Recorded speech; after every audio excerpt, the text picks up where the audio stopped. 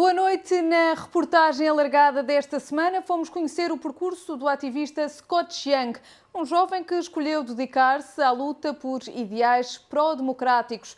Com 36 anos é agora pai a tempo inteiro, mas ainda se mantém na presidência da Associação Novo Macau até às próximas eleições legislativas em setembro. A reportagem é do jornalista Pedro Maia. I was early on already playing that position of, asking inconvenient questions. Well, I give you an example. I think I was in third year of my primary school, and in science class, we learning about different categories of animals, and there is mammals. And the teacher, she's a female teacher, and she said, so human belongs to the family of mammals, and what makes mammals mammals? They give milk to their infants. And I thought to myself, no way. I saw my nephew having baby formula. That is simply wrong. So I raised my hand and asked sincerely, where does human milk come from? Well, I phrased it this way. I didn't say human gives no milk. I asked, where does human milk come from? And now reflecting on that, she was rightfully embarrassed and mildly infuriated. And I don't know, I often give people this impression that I am embarrassing them on purpose or giving trouble on purpose instead of, asking sincerely because I don't know the answer.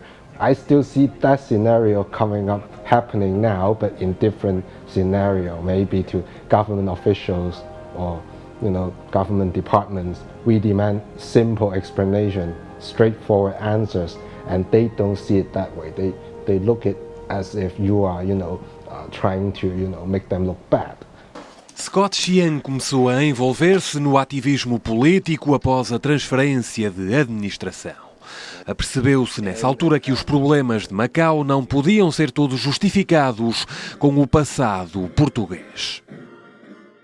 Eventually, after my 20s, I bumped into the people of New Macau, and they seem to have good point of view to look at those problems. And these people, they shake me up and show me the true picture of Macau. Some privileged people is, having a lot of resources, either economic or political, and the rest of us is left in an illusion, thinking that we are having a good time. We hate the kind of monopoly those guys have, and we want better governance or better transparency, greater democracy, things like that. Even more surprising is that for people who have such vision and such intelligence, and there's so few attention and support for them. That's what shocked me as well. Especially in the earlier stage of New Macau, there were very little interaction or so-called grassroots support organized for the organization. So that also gives me idea of, okay, somebody got to pick up their work sooner or later. Uma nova geração foi aos poucos assumindo o comando da Associação Novo Macau. Elementos como Jason Shaw, Scott Chiang e Suluçou aumentaram o volume dos protestos. Alguns deles foram detidos várias vezes. They said they are inviting us, taking us to the station to file a report. Well, that isn't that scary after a few times. How many? More than I can remember. I see that as an operation orchestrated to fulfill the general portrayal, negative portrayal of us. A bunch of uneducated, brainwashed, unpatriotic troublemakers. It's a calculated action, to, frame us and make us look bad, even though most of the cases simply wouldn't stand. Most of them even can't go through the public prosecutors. We are afraid, we are mortals, we are afraid we have trouble ourselves, but more we are afraid that we have trouble to, people who are less tough than us, people around you, people who are more vulnerable if they are not directly involved, but oftentimes they are the ones who get dragged into these kind of things. If you look at the big picture, when you're not looking at only yourself and your family, then what is to be afraid more? That the whistleblowers, the people who ask the question, is getting this kind of treatment, or that nobody brings up the question and we don't even seem to think that there's a problem at all. That is even more frightening for me. And I'm not saying that I'm the only people with eyes open in this town, but somebody got to do that. And we have people in higher places, I mean non-government person, they have all the resource, all the education, and all the social status they need to be outspoken, to be asking relevant questions, and to stand up when things happen. And time again, people like that fail us. Daí a necessidade de subir o tom dos protestos. I remember a few years back, we throw paper planes in the legislation, and when we was dragged out, a journalist asked us why we do that. My answer was kind of, dramatic. I said, we want to put that on the calendar, put that day on calendar, because that was the day that the political reform, the so-called reform would be passed in the House, and would put that shameful date on calendar, remembering that those people are making us accept this proposal. And many times what we are doing, the complaint, the protest, give us no immediate true result. We have criticism like that. Oh, that's useless. That's one criticism we get a lot. But if we just ignore that altogether, would it make it better? No. So we want to keep making marks that this problem persists. This problem's still there. There's still people getting hurt, and we don't want that to be wiped off the table. That's why we keep doing that.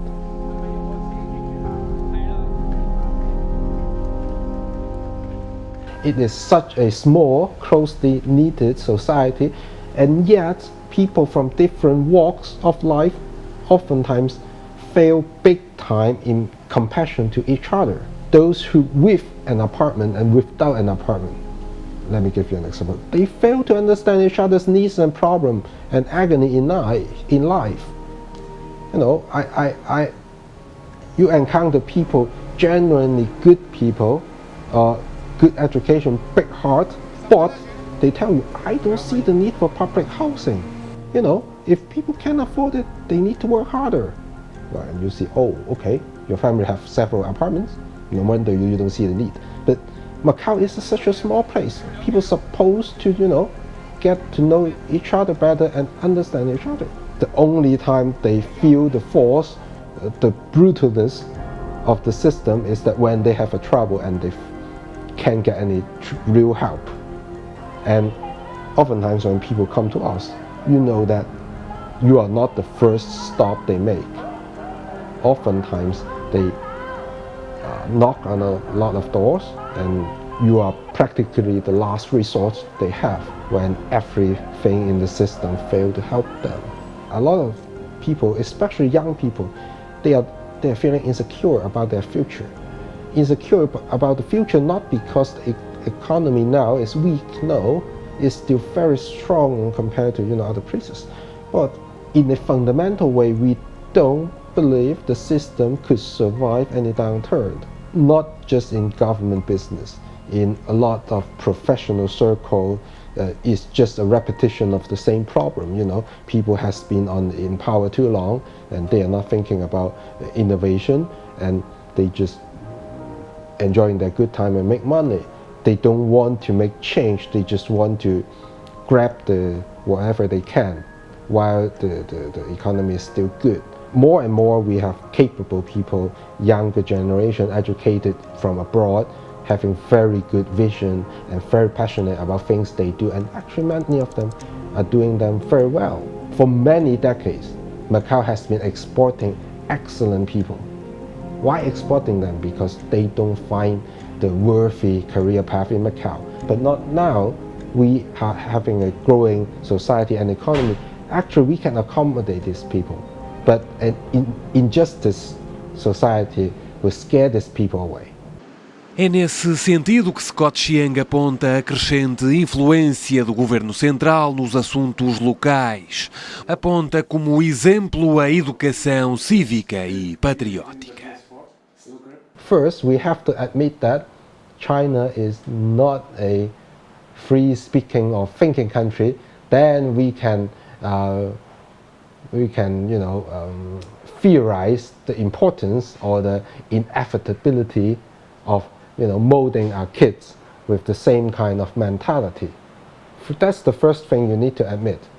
And the other thing is we need to give up the uniqueness of Macau.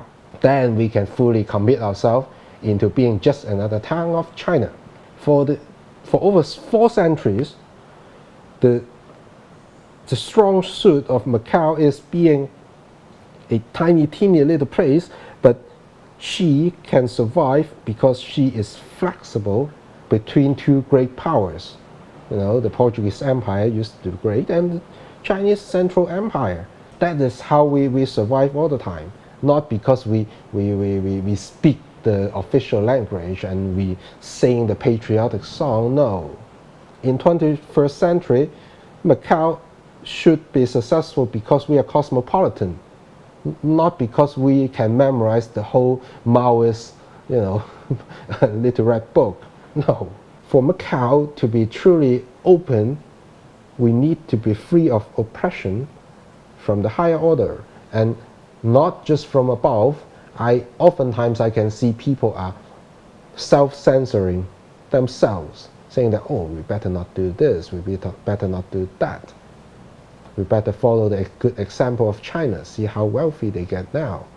And if that is the general mood, then I don't think how we can be more open.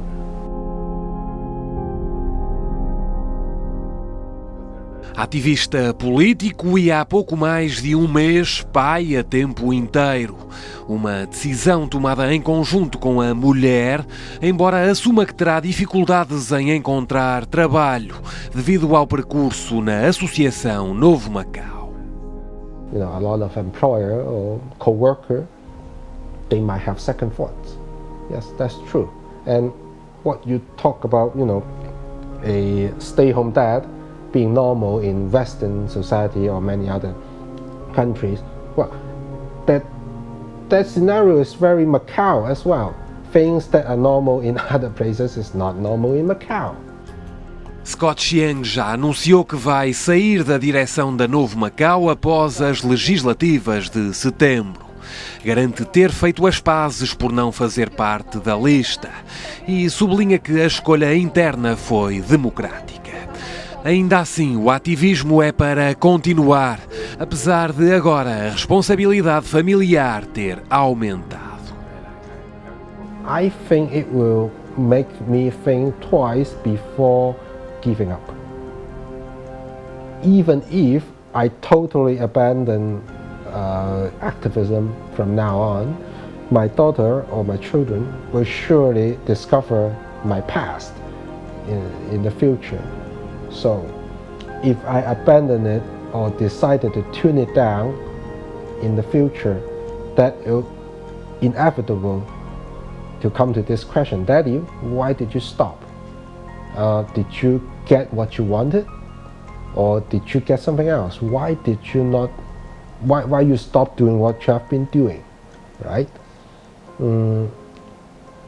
It would be very hard for me to give them a real answer if I just, because I'm a daddy, so I'm afraid then I back off. No, that is not the correct answer. That is not the correct way to think as well, right?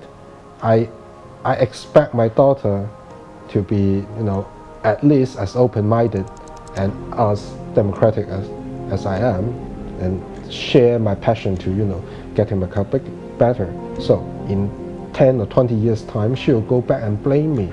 Daddy, you think that you abandoning this is good for me? I can see that coming.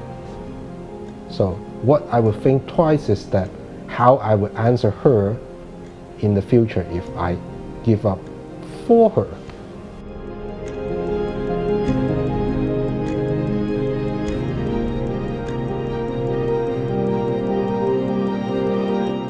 Foi a reportagem alargada desta semana. Nós voltamos com nova reportagem na próxima sexta-feira, à hora do telejornal. Até lá.